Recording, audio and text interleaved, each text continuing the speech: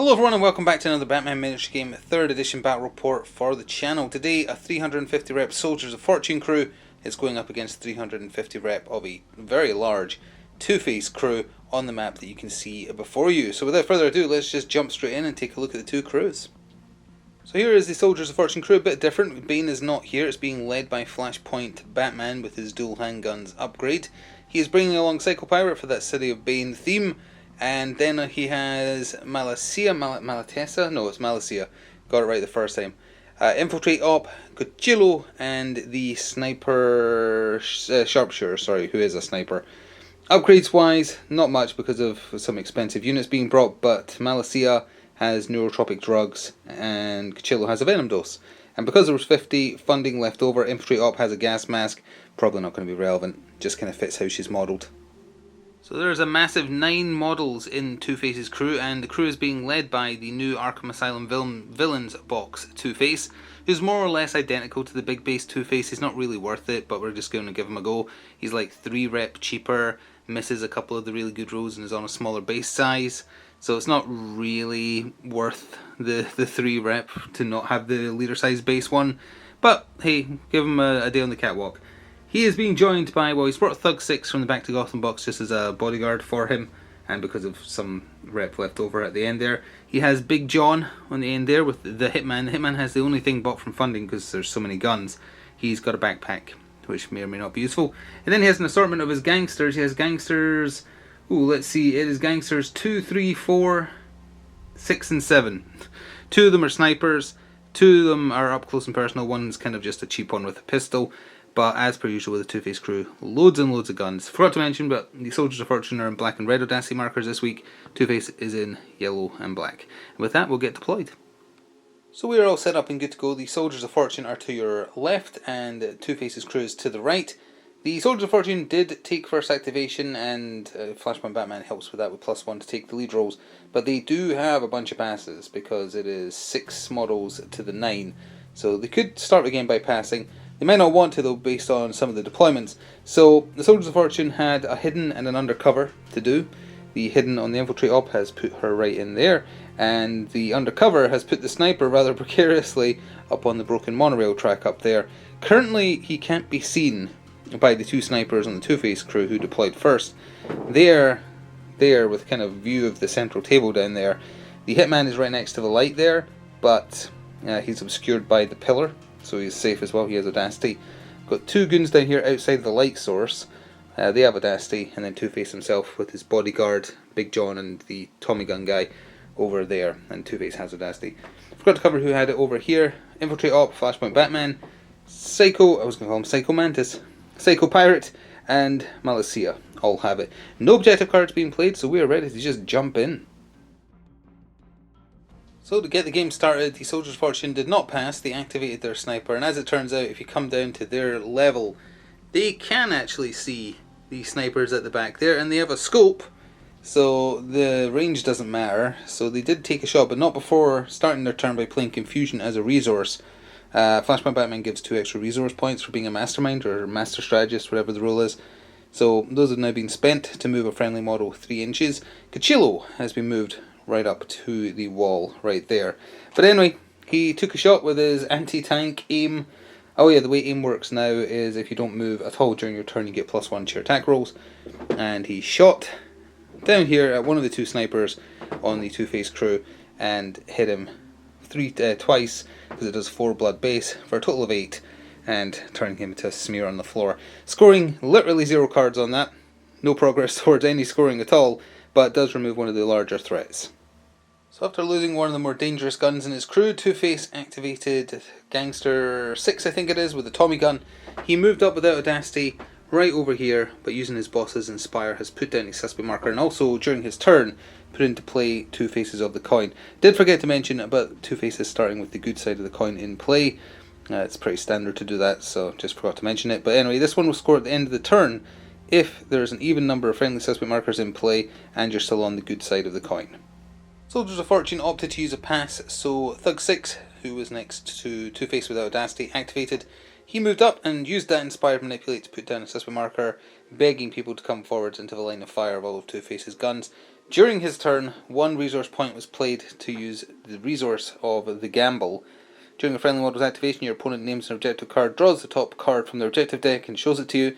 If it doesn't match what they said, a model suffers Enervating 1. So that was done, and as a result of not being correct with their Gamble, Flashpoint Batman has been given Enervating 1.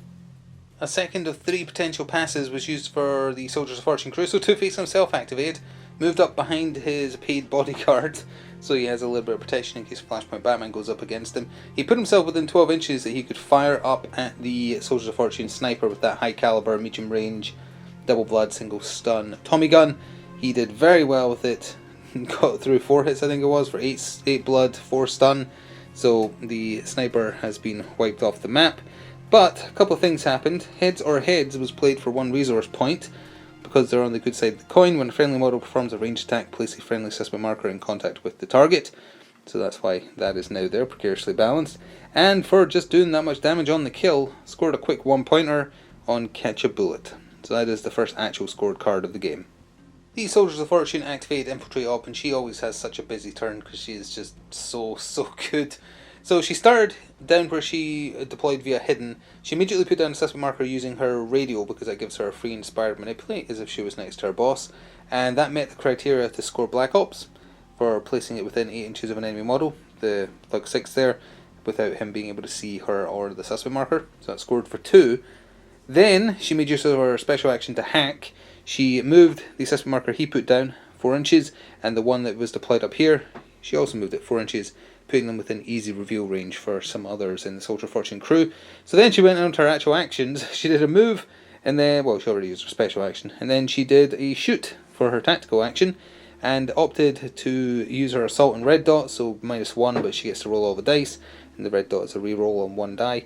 Shot at the shotgun wielding gangster here, got him 3 times for 3 blood damage. I think he has 5 endurance, so he is still kicking. So Two-Face activated one of his other gangsters, the one with the pistol that was next to the shotgun guy, who actually has 6 endurance, not 5. Double checked it, it's 5 willpower he has. He activated with Audacity, he moved 8 inches down here, tempted to shoot at Infiltrate Op, but that defense 5 is off-putting, so he put down a suspect marker instead, because Infiltrate Op accidentally helped Two-Face's crew score a card, and it was a genuine accident. 2 makes this better. The criteria is met with the placing of that suspect marker right there. Good side of the coin, yes, place a friendly suspect marker within 4 inches of an enemy model and have at least one other friendly suspect within 4 inches of a different enemy model. Thanks to her hacking shenanigans, this suspect marker is just inside 4 of Malicia over here, so she accidentally just gave them the perfect scoring condition for that, and it was a genuine mistake. Cachillo activated for the Soldiers of Fortune without Audacity, but right next to Flashpoint Batman. He started his turn by putting down a suspect marker, which he was able to do because of Confusion played as a resource earlier, moving him forwards 3 inches. For his actual action, he just moved up a tiny bit behind the pillar there. During his turn though, which is why that number is there, Invasion was put into play. So it has to be within 4 of a scenery element that's within 4 of an enemy. This is a big scenery element, so it is within 4 of him. Unfortunately though, he rolled a 6. It's going to count down from 6 every activation after this. If that suspect marker is still there when it hits 0, this will score for 2. So the shotgun wielding gangster that got shot by Infiltrate Op earlier decided he wanted some payback, but not before playing for the last resource point this turn, another The Gamble. Once again, the Soldier of Fortune did not guess correctly, so Malicia has been given Enervating 1. For his activation, he used Instinctive Shooting. He moved up and then shot point blank with his shotgun into Infiltrate Op's face and rolled a 1. No damage. It was time for Flashpoint Batman to jump into action. He used Rapid Fire as a special action. He moved up 10 inches, not even the full 10 inches I think, to where you can see him, and then unloaded his blood stun pistols into Two-Face's bodyguard. Got him for 4 blood, 4 stun. He does only have 4 endurance. I think he's a 5 willpower, but either way, he is out of there. Doesn't score anything on that, but does remove Two-Face's protection for following round. Now you might notice there's a icon there, that's just to mark the exact middle of the map, because during his turn, a free-for-all was put into play. So by the end of the turn, if Soldiers of Fortune have the most enemy models,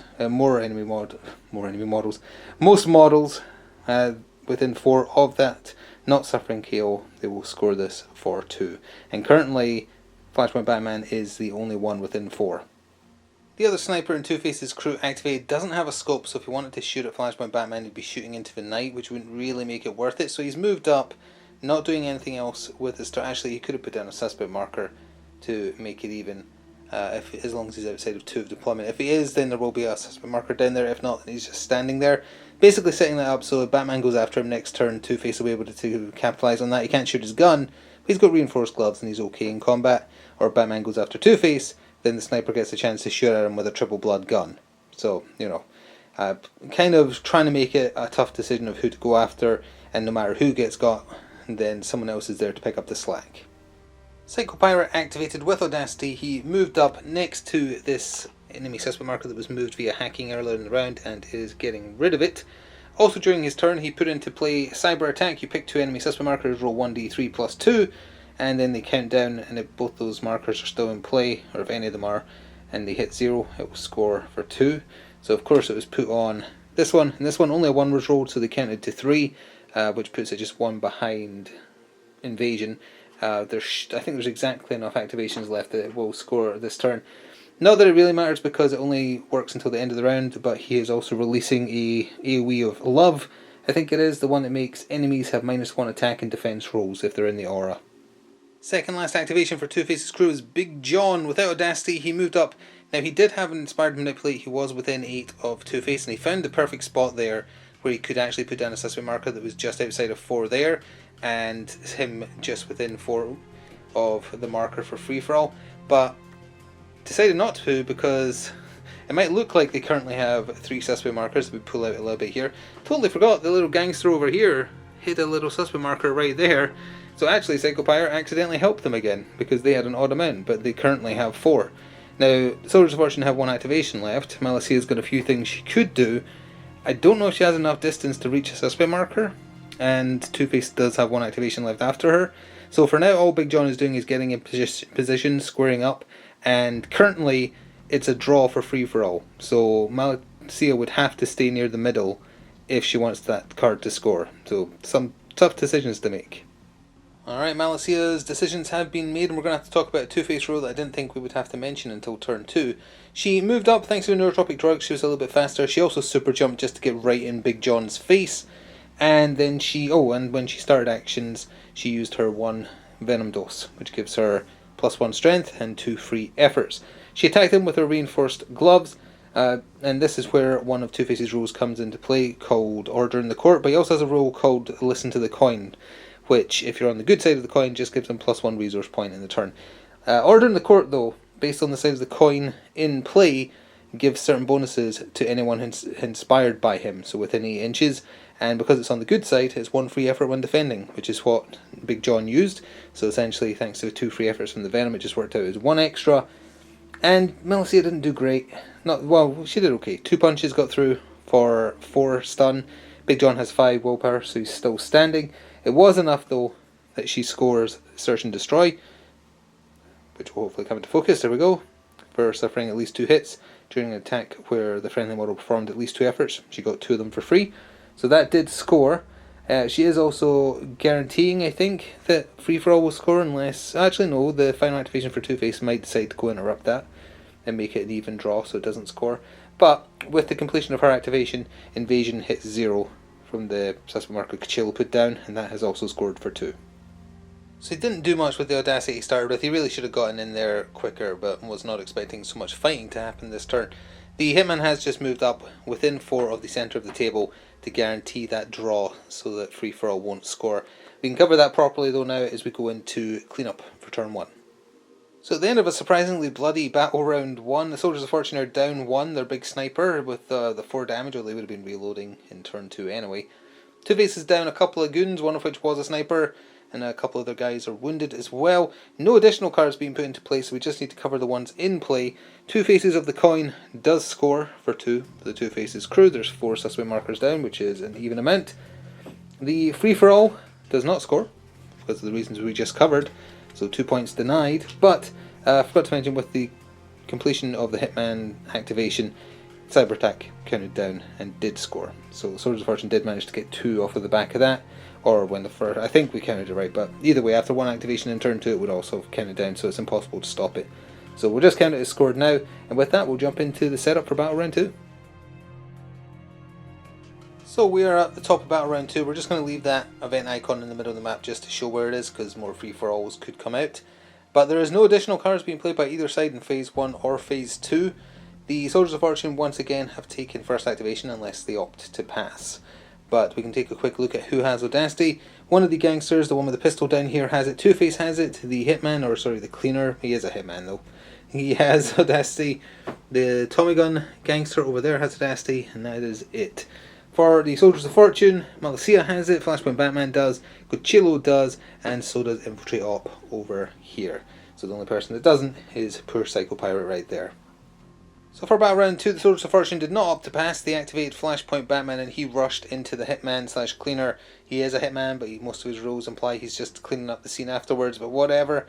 Flashpoint Batman attacking with his Amazonian sword, Double Blood Sharp Magic, and he efforted twice because that's all he could do thanks to Enervating 1. The Hitman efforted 3 times, and unfortunately for him, did quite well with the attack rolls. Oh, he used Precise Blow, sorry, I forgot to mention that, for +1 to his attacks as well, to try and put him down to defense 3 essentially. But all said and done, 3 hits through for 6 blood, which is enough +1 to unfortunately remove the Hitman before he got to do any of his shenanigans from people scoring cards and killing people nearby him. That also met the criteria for another Search and Destroy for the 2 efforts and landing at least 2 hits. Before we go to Two-Face's first activation, I didn't realise they actually did have a Phase 2 card they could play, because even though the Twisted Side is not in play, the card itself can still be played, and you can still count it up. It's just it doesn't score at the end of the round if the Twisted Side hasn't been put into play by then. It is a thing that is allowed, so that is in play, the Balance of Justice.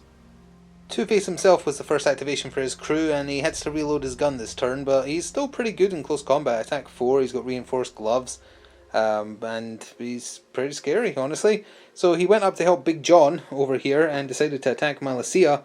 He efforted 3 times. Her medium armor was taking away 2 dice, and she efforted once, so essentially was just wiping out the efforts he could put in, so he was just doing his default. But he did well with it, and he got through 6 stun, and she's not got high willpower. I keep forgetting Malicia isn't that great, well, especially if she's not on Venom. So she is unconscious, and this is normally where you would do the fun thing of flipping a coin with Two-Face to see if he executes her or not, but can't leave it up to chance. And plus it clears it out of his hand. He's playing Justice as a resource, which means instead of flipping, you just choose the result, and he is killing her dead. So Malicia, bullet to the head on the ground. Unfortunately for her, she is out of there.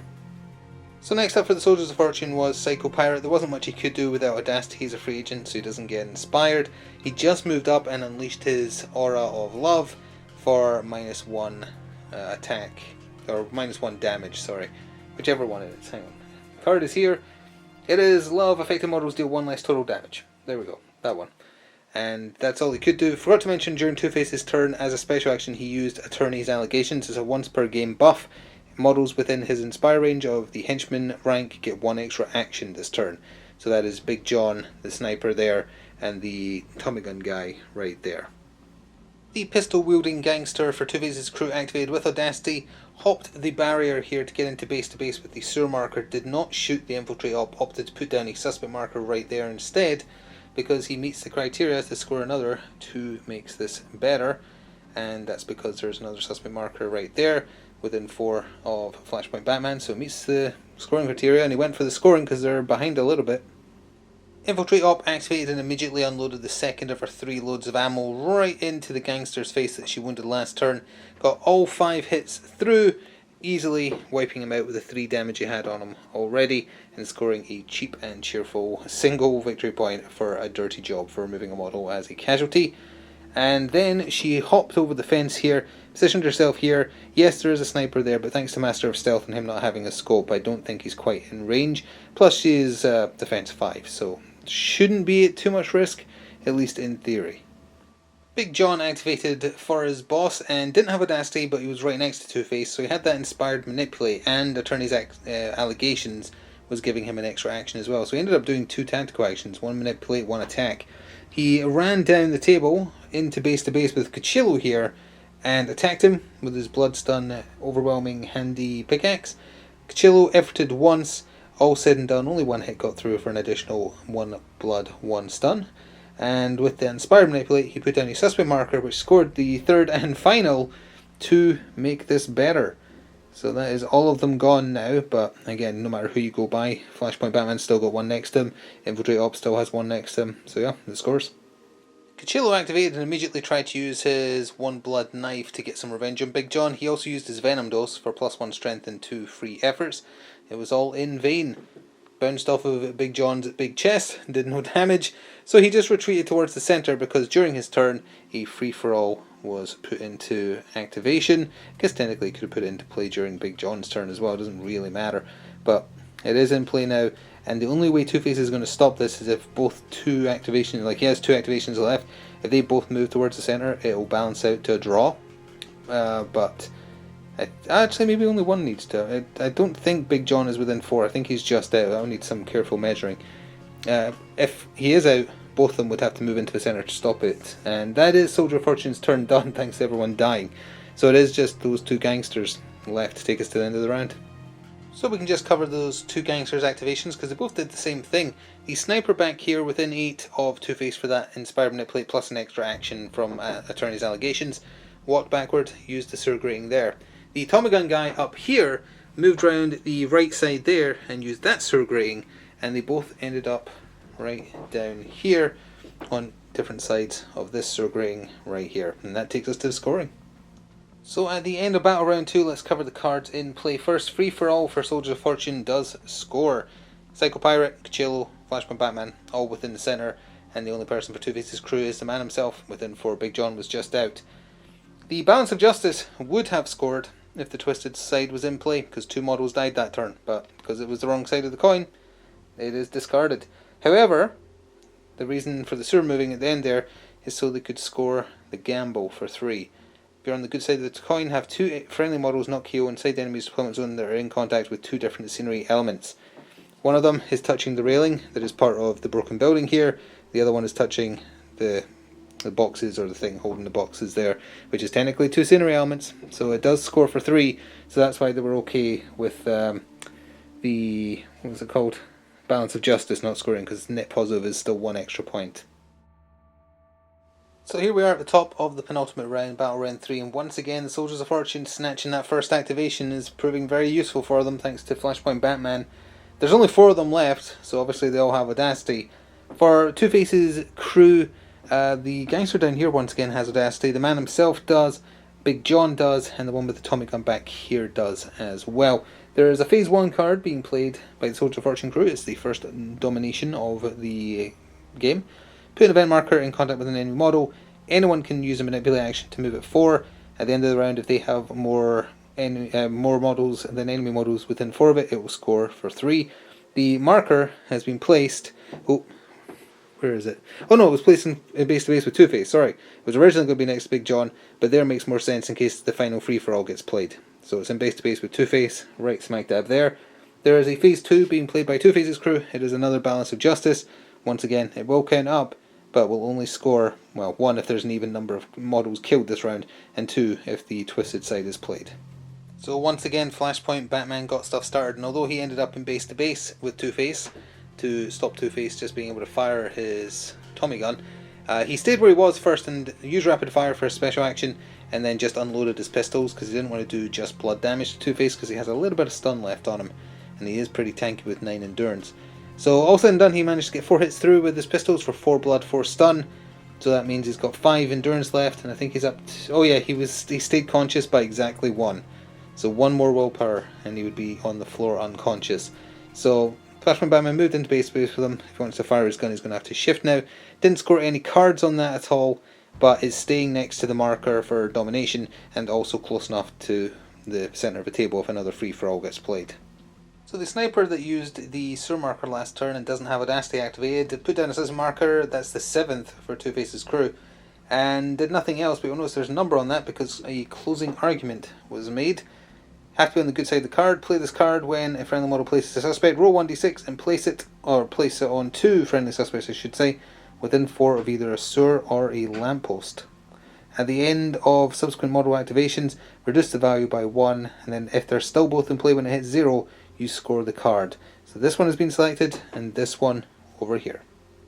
Well, the Infiltrate Op was going to have none of that. She moved down here, used hacking to bring that suspect marker next to her, and then she removed it, meaning that we can just discard closing argument because it cannot score now even if another suspect marker was put down. It has to be the two that were existing when it happened, so it's gone.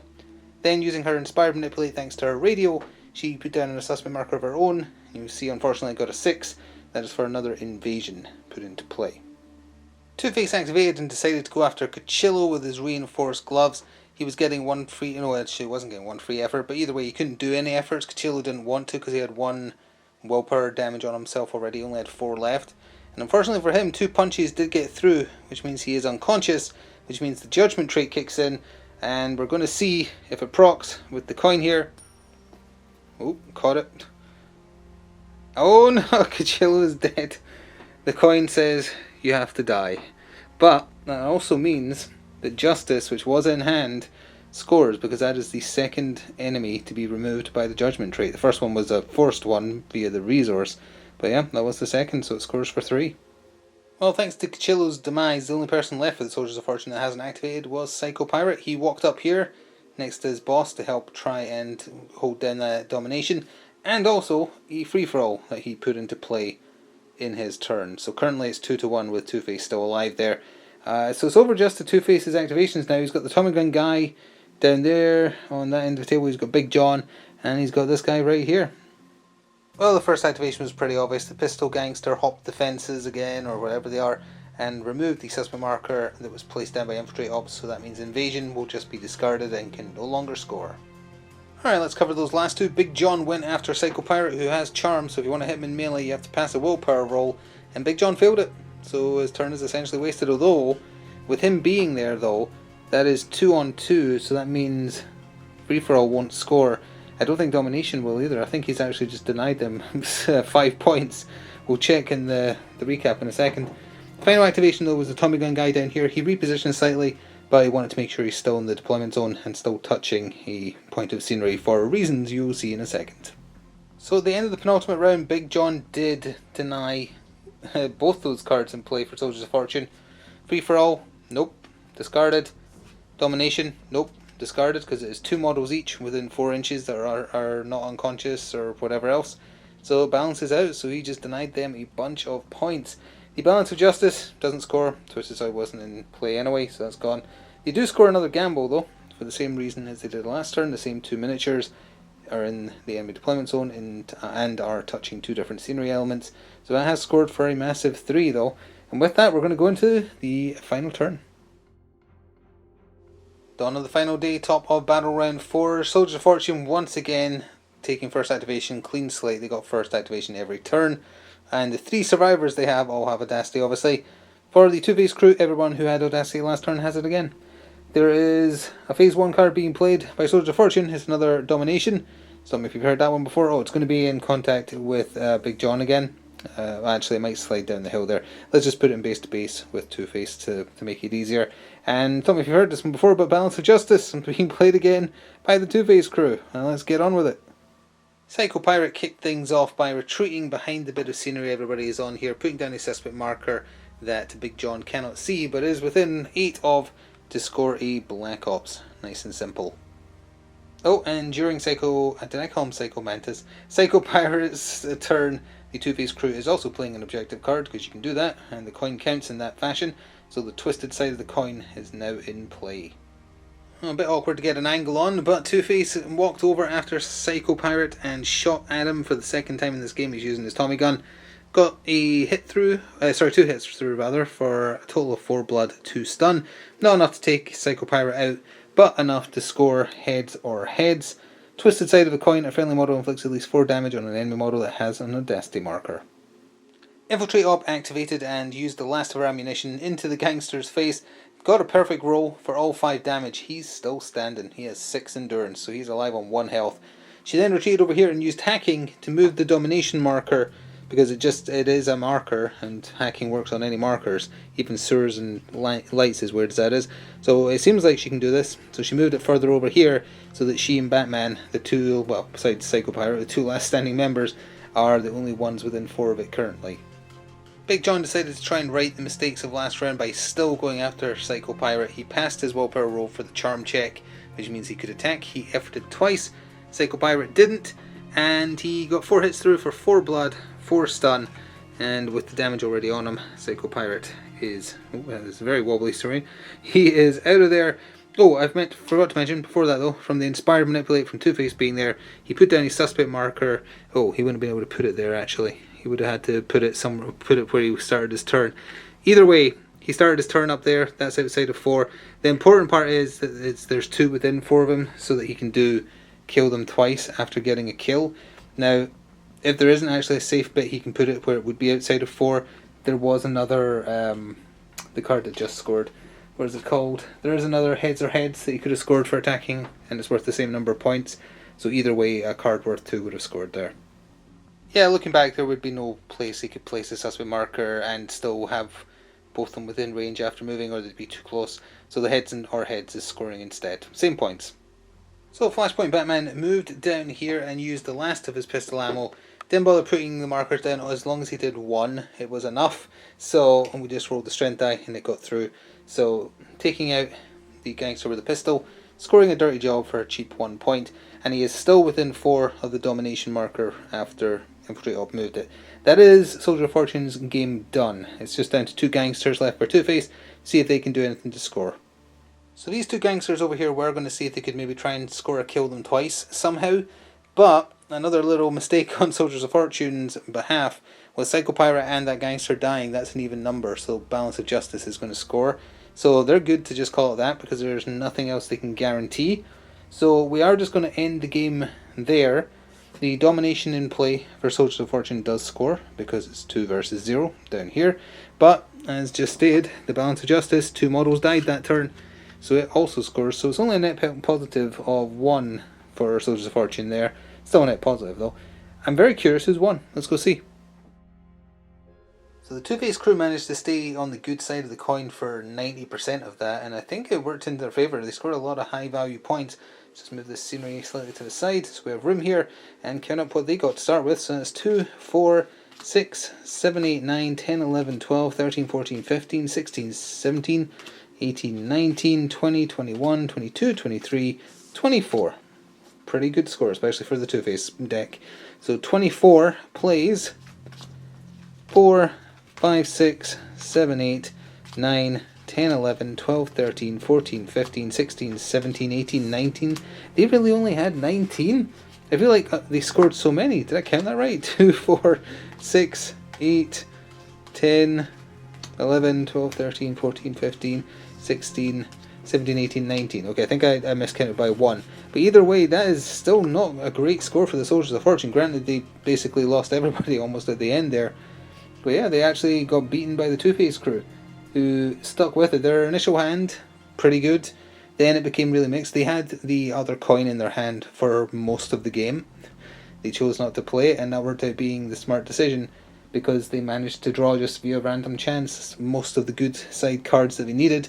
Switched to the end. They didn't even need the cards they scored on the bad side, did they? The twisted side was what, 4 points worth? Or maybe 6?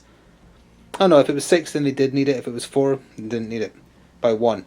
So, interesting way for a win. I still don't think this Two-Face is worth it. You might as well just pay the 4 more rep or 3 more rep and take the big base one and give him the Harvey Banner, or I believe in Harvey Dent banner upgrade. But it was just a nice little try of the Arkham Asylum one, or specifically Arkham City. But either way, I sincerely hope you enjoyed. Thank you for watching. That's going to do it for another one. I hope to see the Scarecrow crew on the table as soon as possible, because it looks great and I love Scarecrow and I want to use them. So we'll hopefully see them. Their mechanics seem really fun as well. Complicated, but not as complicated as like Deacon Blackfire. So hopefully the middle ground there. Anyway, please do show your support, and if you want to go above and beyond, consider becoming a channel member or pressing the thanks button. It is all reinvested in the channel. Either way, enjoy the rest of your day, and I'll see you next time. It's that for now.